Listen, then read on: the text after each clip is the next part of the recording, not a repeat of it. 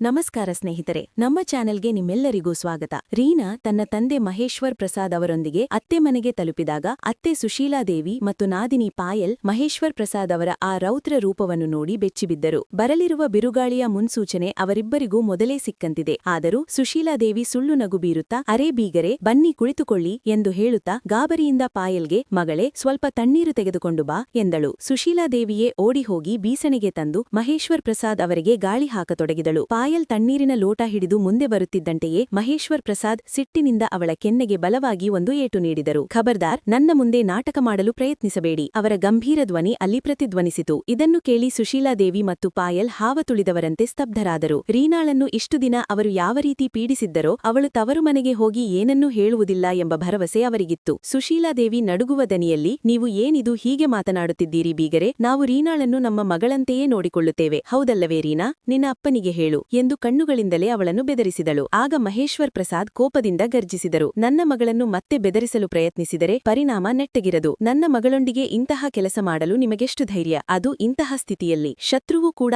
ಆಸರೆ ನೀಡುವ ಅಂತಹ ಸಮಯದಲ್ಲಿ ಗರ್ಭಿಣಿ ಸೊಸೆಯನ್ನು ಮನೆಯಿಂದ ಹೊರಹಾಕಿದ್ದೀರಿ. ನಾವು ಯಾವತ್ತೂ ಗಟ್ಟಿಯಾಗಿ ಅಬ್ಬರಿಸದ ಮಗಳನ್ನು ನೀವು ಈ ಸ್ಥಿತಿಗೆ ತಂದಿದ್ದೀರಿ. ಅವರ ಕಣ್ಣಲ್ಲಿ ನೀರಿತ್ತು, ಧ್ವನಿಯಲ್ಲಿ ಕಿಚ್ಚಿತ್ತು. ನಾನು ಈಗಲೇ ಪೊಲೀಸರಿಗೆ ಫೋನ್ ಮಾಡುತ್ತೇನೆ, ಗರ್ಭಿಣಿ ಸೊಸೆಯನ್ನು ಮನೆಯಿಂದ ತಳ್ಳಿ ಹಾಕಿದರೆ ಏನಾಗುತ್ತದೆ ಎಂದು ಅವರೇ ನಿಮಗೆ ತಿಳಿಸುತ್ತಾರೆ ಎಂದು ಫೋನ್ ತೆಗೆದರು. ಇದನ್ನು ಕಂಡ ಸುಶೀಲಾದೇವಿ ಅವರ ಕಾಲಿಗೆ ಬಿದ್ದು ಬೇಡಿಕೊಂಡಳು. ಹೀಗೆ ಮಾಡಬೇಡಿ ಅಣ್ಣ, ನಮ್ಮ ಗೌರವ ಮಣ್ಣು ಪಾಲಾಗುತ್ತದೆ, ನಾವು ಯಾರಿಗೂ ಮುಖ ತೋರಿಸಲು ಸಾಧ್ಯವಿಲ್ಲ. ಮಹೇಶ್ವರ್ ಪ್ರಸಾದ್ ಅವರ ಧ್ವನಿ ಗದ್ಗದಿತವಾಯಿತು. ಯಾವುದೇ ತಪ್ಪಿಲ್ಲದ ನನ್ನ ಮಗಳನ್ನು ನೀನು ಮನೆಯಿಂದ ಹೊರಹಾಕಿದಾಗ ನಾನು ನಿನ್ನನ್ನು ಹೇಗೆ ಕ್ಷಮಿಸಲಿ? ಎಂತಹ ಸಂಭ್ರಮದಿಂದ ನನ್ನ ಮಗಳ ಮದುವೆಯನ್ನು ನಿಮ್ಮ ಮಗನೊಂದಿಗೆ ಮಾಡಿದ್ದೆ. ತನ್ನ ಪ್ರಾಣಕ್ಕಿಂತ ಹೆಚ್ಚಾದ ಮಗಳನ್ನು ಅಪರಿಚಿತರ ಕೈಯಲ್ಲಿ ಒಪ್ಪಿಸುವ ಆ ಕ್ಷಣ ಪ್ರತಿಯೊಬ್ಬ ತಂದೆಗೂ ಅತ್ಯಂತ ಕಠಿಣವಾಗಿರುತ್ತದೆ. ಹಾಗೆ ಹೇಳುತ್ತಿದ್ದಂತೆ ಅವರ ಕಣ್ಮುನ್ನೆ ರೀನಾಳ ಕೈಯನ್ನು ಅಮರ್ ಕೈಗೆ ಒಪ್ಪಿಸಿದ ಆ ದಿನದ ನೆನಪುಗಳು ಹಾದುಹೋದವು. ಅಮರ್ ಒಬ್ಬ ಸೇನಾಧಿಕಾರಿ. ಕೋಚಿಂಗ್ ಸಮಯದಲ್ಲಿ ರೀನಾ ಮತ್ತು ಅಮರ್ ಭೇಟಿಯಾಗಿದ್ದರು. ಇಬ್ಬರೂ ಓದಿನಲ್ಲಿ ಚುರುಕಾಗಿದ್ದರು. ರೀನಾ ತನ್ನ ತಂದೆ ತಾಯಿಯ ಏಕೈಕ ಪುತ್ರಿ. ಅವಳು ತನ್ನ ಪ್ರೇಮದ ಬಗ್ಗೆ ಮೊದಲೇ ಪೋಷಕರಿಗೆ ತಿಳಿಸಿದ್ದಳು. ಅವರಿಗೂ ಈ ಸಂಬಂಧಕ್ಕೆ ಯಾವುದೇ ಅಭ್ಯಂತರವಿರಲಿಲ್ಲ.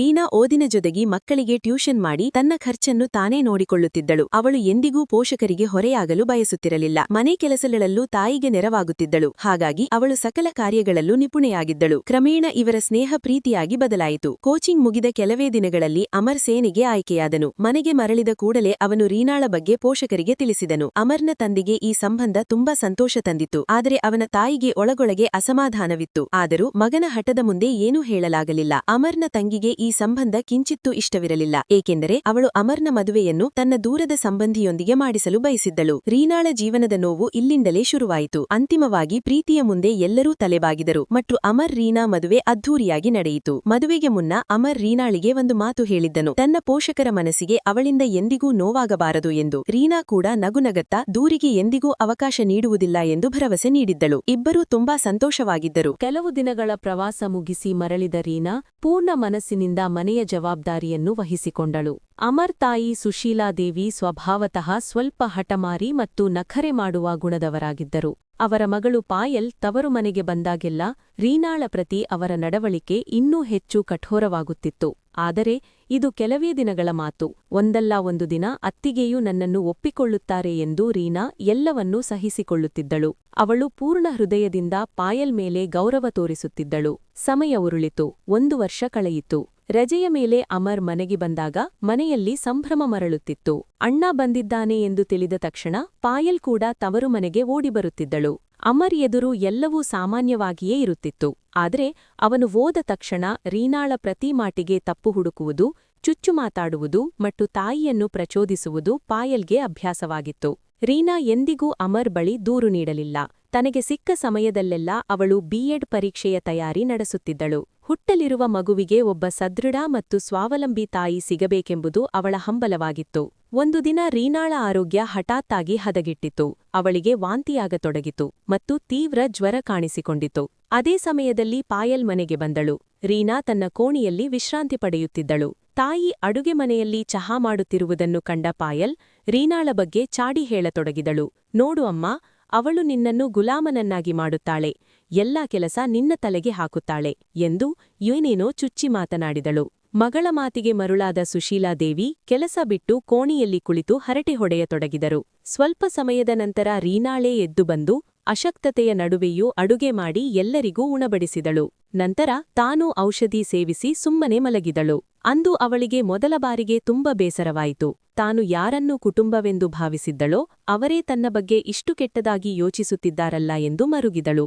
ಮರುದಿನ ರೀನಾಳ ಹುಟ್ಟುಹಬ್ಬ. ಆದರೆ ಯಾರಿಗೂ ನೆನಪಿರಲಿಲ್ಲ. ಆಗ ಅನಿರೀಕ್ಷಿತವಾಗಿ ಅಮರ್ ಮನೆಗೆ ಬಂದು ಸರ್ಪ್ರೈಸ್ ನೀಡಿದನು.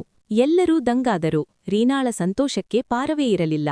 ಅಮರ್ ಅವಳನ್ನು ಅಪ್ಪಿಕೊಂಡಾಗ ಅವಳ ಮೈ ಸುಡುತ್ತಿರುವುದು ಅವನಿಗೆ ಅರಿವಾಯಿತು. ಅವನು ತಾಯಿ ಮತ್ತು ತಂಗಿಯನ್ನು ಗದರಿಸಿ ತಕ್ಷಣ ರೀನಾಳನ್ನು ವೈದ್ಯರ ಬಳಿ ಕರೆದೊಯ್ದನು. ಅವರು ಮರಳಿದಾಗ ರೀನಾಳ ಮುಖದಲ್ಲಿನ ನಗು ಕಂಡು ಎಲ್ಲರಿಗೂ ಅಚ್ಚರಿಯಾಯಿತು. ಇಷ್ಟೊಂದು ಅನಾರೋಗ್ಯವಿದ್ದರೂ ಅವಳು ಇಷ್ಟು ಶಾಂತವಾಗಿ ಮತ್ತು ಖುಷಿಯಾಗಿ ಹೇಗಿದ್ದಾಳೆ ಎಂದು ಅಚ್ಚರಿಪಟ್ಟರು. ಆಗ ಅಮರ್ ತಾಯಿಯ ಪಾದ ಮುಟ್ಟಿ, ನೀವು ಅಜ್ಜಿಯಾಗಲಿದ್ದೀರಿ ಎಂಬ ಸಿಹಿ ಸುದ್ದಿ ನೀಡಿದನು. ಆದರೆ ರೀನಾ ತುಂಬಾ ಬಲಹೀನಳಾಗಿದ್ದಾಳೆ ಮತ್ತು ರಕ್ತದ ಕೊರತೆಯಿದೆ. ಹಾಗಾಗಿ ಅವಳಿಗೆ ಪೂರ್ಣ ವಿಶ್ರಾಂತಿ ಮತ್ತು ಪೌಷ್ಟಿಕ ಆಹಾರ ಬೇಕೆಂದು ವೈದ್ಯರು ಕಟ್ಟುನಿಟ್ಟಿನ ಸೂಚನೆ ನೀಡಿದ್ದಾರೆಂದು ಹೇಳಿದನು.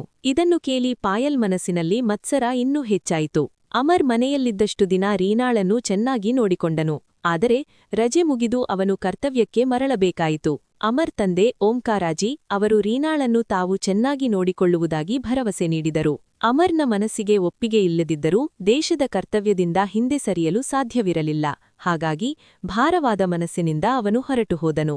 ದಿನಗಳು ಉರುಳಿದವು. ಅಮರ್ ಪ್ರತಿದಿನ ಬೆಳಗ್ಗೆ ಮತ್ತು ಸಂಜೆ ಫೋನ್ ಮಾಡಿ ರೀನಾಳ ಕ್ಷೇಮ ವಿಚಾರಿಸುತ್ತಿದ್ದನು. ರೀನಾ ಯಾವಾಗಲೂ ಅವನಿಗೆ ಧೈರ್ಯ ತುಂಬುತ್ತಾ, ಮಾವಯ್ಯ ನನ್ನನ್ನು ಚೆನ್ನಾಗಿ ನೋಡಿಕೊಳ್ಳುತ್ತಿದ್ದಾರೆ, ಒಂದಲ್ಲ ಒಂದು ದಿನ ಅತ್ತಿಗೆಯೂ ನನ್ನ ಪ್ರೀತಿಯನ್ನು ಅರ್ಥಮಾಡಿಕೊಳ್ಳುತ್ತಾರೆ ಎಂದು ಹೇಳುತ್ತಿದ್ದಳು. ಅಮರ್ ಅವಳ ಮಾತುಗಳಿಂದ ಸಮಾಧಾನಗೊಳ್ಳುತ್ತಿದ್ದನು. ಆದರೆ ಒಂದು ದಿನ ಬೆಳಗ್ಗಿನಿಂದ ಮಧ್ಯಾಹ್ನದವರೆಗೂ ಅಮರ್ನ ಫೋನ್ ಬರಲೇ ಇಲ್ಲ. ಮಧ್ಯಾಹ್ನ ಸುಮಾರು 2 ಗಂಟೆಗೆ ಫೋನ್ ಗಂಟೆ ಬಾರಿಸಿತು. ರೀನಾ ಓಡಿ ಹೋಗಿ ಫೋನ್ ಎತ್ತಿದಳು. ಆದರೆ ಮರುಕ್ಷಣವೇ ಅವಳ ಪ್ರಪಂಚವೇ ಕುಸಿದು ಬೀಳಿತು. ಅಮರ್ ಇಂದು ಮುಂಜಾನೆ ಎನ್ಕೌಂಟರ್ನಲ್ಲಿ ಹುತಾತ್ಮನಾಗಿದ್ದಾನೆ ಎಂಬ ಸುದ್ದಿ ಕೇಳಿಬಂದಿತು.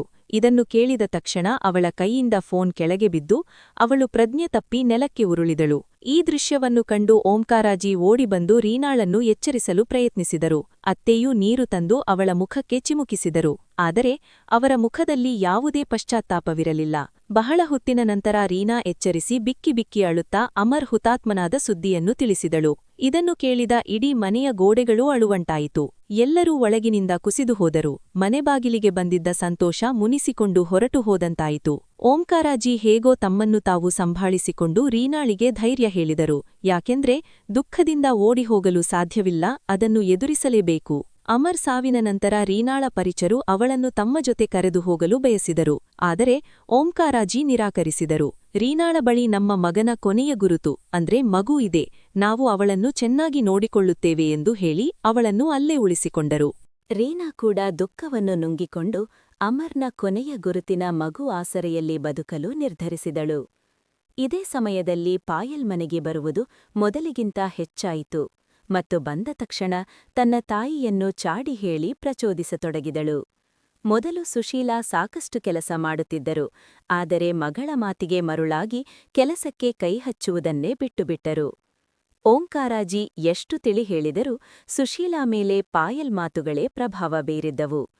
ಪಾಯಲ್ ಪ್ರತಿದಿನ ವಿಷವನ್ನು ಕಾರುತ್ತಾ ಅತ್ತಿಗೆಯ ಅಶುಭ ಹೆಜ್ಜೆಯಿಂದಲೇ ಮನೆ ಹಾಳಾಯಿತು ಮತ್ತು ಅಮರ್ ಕೂಡ ನಮ್ಮನ್ನು ಅಗಲಿದ ಎಂದು ದೂರುತ್ತಿದ್ದಳು. ಒಂದು ದಿನ ಓಂಕಾರಾಜಿ ಇದನ್ನು ಕೇಳಿಸಿಕೊಂಡು ಕೋಪದಿಂದ ಪಾಯಲ್ ಕೆನ್ನೆಗೆ ಬಾರಿಸಿ ಇನ್ನು ಮುಂದೆ ಈ ಮನೆಗೆ ಕಾಲಿಡಬಾರದು ಎಂದು ಕಟ್ಟುನಿಟ್ಟಿನ ಎಚ್ಚರಿಕೆ ನೀಡಿದರು. ಪಾಯಲ್ ಅಳುತ್ತಾ ಹೊರಟು ಹೋದಳು. ಹೋಗುವಾಗ ಓಂಕಾರಾಜಿ ಸುಶೀಲಾದೇವಿಗೆ ತಾವು ಕೆಲವು ದಿನಗಳ ಕಾಲ ನಗರಕ್ಕೆ ಹೋಗುತ್ತಿರುವುದಾದಿ ಮತ್ತು ತಮ್ಮ ಅನುಪಸ್ಥಿತಿಯಲ್ಲಿ ರೀನಾಳಿಗೆ ಯಾವುದೇ ತೊಂದರೆಯಾಗಬಾರದು ಎಂದು ತಿಳಿಸಿದರು. ಸುಶೀಲಾದೇವಿ ತಲೆಯಾಡಿಸಿದರು. ಆದರೆ ಅವರು ಹೋದ ಮರುದಿನವೇ ಪಾಯಲ್ ಮರಳಿ ಮನೆಗೆ ಬಂದಳು. ತಾಯಿ ಮಗಳಿಬ್ಬರೂ ರೀನಾ ವಿರುದ್ಧ ವಿಷ ಕಾರಲು ಆರಂಭಿಸಿದರು. ಸುಶೀಲಾದೇವಿ ಹಠಾತ್ತಾಗಿ ಎದ್ದು ರೀನಾಳ ಕೈ ಹಿಡಿದು ಅಡುಗೆ ಮನೆಯಿಂದ ಹೊರಕ್ಕೆ ಎಳೆದುಕೊಂಡು ಬಂದರು. ರೀನಾ ತನ್ನ ಸ್ಥಿತಿಯನ್ನು ವಿವರಿಸಿ ಎಷ್ಟೇ ಬೇಡಿಕೊಂಡರೂ ಸುಶೀಲಾದೇವಿ ಅವಳನ್ನು ಮನೆಯಿಂದ ಹೊರಕ್ಕೆ ತಳ್ಳಿ ಬಾಗಿಲು ಹಾಕಿದರು. ಪಾಯಲ್ ಮನಸ್ಸಿನಲ್ಲೇ ನಗುತ್ತಿದ್ದಳು. ಅಳುತ್ತಾ ರೀನಾ ತನ್ನ ತವರು ಮನೆ ತಲುಪಿದಾಗ ಅವಳ ಪೋಷಕರು ದಂಗಾದರು. ಬಹಳ ವಿಚಾರಿಸಿದ ಮೇಲೆ ರೀನಾ ನಡೆದ ಸತ್ಯವನ್ನೆಲ್ಲ ಹೇಳಿದಳು. ಇದನ್ನು ಕೇಳಿದ ಅವಳ ತಂದೆಯ ರಕ್ತ ಕುದಿಯಿತು ಮತ್ತು ಅವರು ತಕ್ಷಣವೇ ರೀನಾಳನ್ನು ಕರೆದುಕೊಂಡು ಅವಳ ಅತ್ತೆ ಮನೆಗೆ ಬಂದರು. ತಂದೆಯ ಆ ರೌದ್ರರೂಪ ಕಂಡು ಸುಶೀಲಾದೇವಿ ಮತ್ತು ಪಾಯಲ್ ಬಿರುಗಾಳಿ ಬರಲಿದೆ ಎಂದು ಅರಿತರು. ನೀರು ತರುವ ನೆಪದಲ್ಲಿ ಪಾಯಲ್ ಮುಂದೆ ಬಂದಾಗ ರೀನಾಳ ತಂದೆ ಅವಳ ಕೆನ್ನೆಗೆ ಜೋರಾಗಿ ಬಾರಿಸಿ ಪೊಲೀಸರನ್ನು ಕರೆಯುವುದಾಗಿ ಹೇಳಿದರು. ಅದೇ ಸಮಯದಲ್ಲಿ ಓಂಕಾರಾಜಿ ಕೂಡ ನಗರದಿಂದ ಮರಳಿದರು. ಪೂರ್ಣ ಸತ್ಯ ತಿಳಿದ ಅವರ ಕೋಪ ಸ್ಫೋಟಿಸಿತು. ಅವರು ಮೊದಲು ಪತ್ನಿ ಸುಶೀಲಾರಿಗೆ ಮತ್ತು ನಂತರ ಮಗಳು ಪಾಯಲ್ಗೆ ಏಟು ನೀಡಿ ಮನೆಯಿಂದ ಹೊರಹಾಕಿದರು. ಇಂತಹವರು ಕ್ಷಮೆಗೆ ಅರ್ಹರಲ್ಲ ಎಂದು ಗುಡುಗಿದರು. ಸುಶೀಲಾದೇವಿ ಮಗಳ ಜೊತೆ ಹೋಗಲು ಬೇಡಿಕೊಂಡರು. ಆದರೆ ಪಾಯಲ್ ತಿರುಗಿಯೂ ನೋಡದೆ ತನ್ನ ದಾರಿ ಹಿಡಿದಳು. ಇಬ್ಬರೂ ಬೇರೆ ಬೇರೆ ದಾರಿಗಳಲ್ಲಿ ಹೊರಟು ಹೋದರು. ಓಂಕಾರಾಜಿ ರೀನಾಳನ್ನು ಗೌರವದಿಂದ ಮನೆಯಲ್ಲೇ ಇರಿಸಿಕೊಂಡರು. ಅವಳಿಗೆ ಸಹಾಯ ಮಾಡಲು ಕೆಲಸದವರನ್ನು ನೇಮಿಸಿದರು ಮತ್ತು ಅವಳನ್ನು ಮತ್ತೆ ಓದಲು ಪ್ರೋತ್ಸಾಹಿಸಿದರು. ಕೆಲವು ತಿಂಗಳ ನಂತರ ರೀನಾ ಸುಂದರ ಗಂಡು ಮಗುವಿಗೆ ಜನ್ಮ ನೀಡಿದಳು. ಅವಳ ತಾಯಿ 3 ತಿಂಗಳ ಕಾಲ ಜೊತೆಯಲ್ಲಿದ್ದರು. ಓಂಕಾರಾಜಿ ಮೊಮ್ಮಗನೊಂದಿಗೆ ಮತ್ತೆ ಬದುಕಲು ಹೊಸ ಆಸರೆ ಕಂಡುಕೊಂಡರು. ಕಾಲ ಉರುಳಿತು. ರೀನಾ ಪರೀಕ್ಷೆಯಲ್ಲಿ ತೇರ್ಗಡೆಯಾಗಿ ಶಿಕ್ಷಕಿಯ ಕೆಲಸ ಪಡೆದಳು. ಮನೆಯಲ್ಲಿ ಮತ್ತೆ ಬೆಳಕು ಮೂಡಿತು. ಒಂದು ದಿನ ಓಂಕಾರಾಜಿಯವರ ಸಹೋದರನ ಮಗ ಆಕಾಶ್ ವಿದೇಶದಿಂದ ಮರಳಿದನು. ನಡೆದ ವಿಷಯವನ್ನೆಲ್ಲ ತಿಳಿದು ಭಾವುಕನಾದ ಅವನು ರೀನಾಳನ್ನು ವಿವಾಹವಾಗುವ ಇಚ್ಛೆ ವ್ಯಕ್ತಪಡಿಸಿದನು. ರೀನಾ ಮೊದಲು ನಿರಾಕರಿಸಿದಳು. ಆದರೆ ಓಂಕಾರಾಜಿ ತಮ್ಮ ಒಂಟಿತನದ ಬಗ್ಗೆ ಹೇಳಿ ಆಣೆ ಮಾಡಿದ್ದರಿಂದ ಅಂತಿಮವಾಗಿ ಈ ವಿವಾಹ ನಡೆಯಿತು. ಆಕಾಶ್ ರೀನಾ ಮತ್ತು ಮಗುವಿಗೆ ಪೂರ್ಣ ಗೌರವ ಮತ್ತು ಪ್ರೀತಿಯನ್ನು ನೀಡಿದನು. ಇತ್ತ ಪಾಯಲ್ನ ಅಸಲಿ ಗುಣ ಅವಳ ಅತ್ತೆ ಮನೆಯಲ್ಲಿ ಬಯಲಾದಾಗ ಅಲ್ಲಿಂದಲೂ ಅವಳನ್ನು ಹೊರಹಾಕಲಾಯಿತು. ಗತಿಯಿಲ್ಲದ ತಾಯಿ ಮಗಳು ಒಂದು ದಿನ ರೀನಾಳ ಮನೆಗೆ ಬಂದರು. ಆದರೆ ಓಂಕಾರಾಜಿ ಬಾಗಿಲು ಮುಚ್ಚಿದರು. ಅವರಿಬ್ಬರೂ ಅನಾಥಾಶ್ರಮ ಸೇರಲು ಮಜ್ಬೂರಾದರು. ಗೆಳೆಯರೆ, ರೀನಾಳ ಅತ್ತೆ ಮತ್ತು ನಾದಿನಿಗೆ ಸಿಕ್ಕ ಈ ಶಿಕ್ಷೆ ಸರಿಯಾಗಿದೆಯಾ ಅಥವಾ ಅವರಿಗೆ ಇನ್ನೊಂದು ಅವಕಾಶ ನೀಡಬೇಕಿತ್ತಾ? ಕಮೆಂಟ್ ಮಾಡಿ ಖಂಡಿತ ತಿಳಿಸಿ. ಕಥೆ ಇಷ್ಟವಾದಲ್ಲಿ ವಿಡಿಯೋ ಲೈಕ್, ಶೇರ್ ಮತ್ತು ಸಬ್ಸ್ಕ್ರೈಬ್ ಮಾಡಿ. ಮತ್ತೊಂದು ಹೊಸ ಕಥೆಯೊಂದಿಗೆ ಭೇಟಿಯಾಗೋಣ. ಅಲ್ಲಿಯವರೆಗೆ ಧನ್ಯವಾದಗಳು.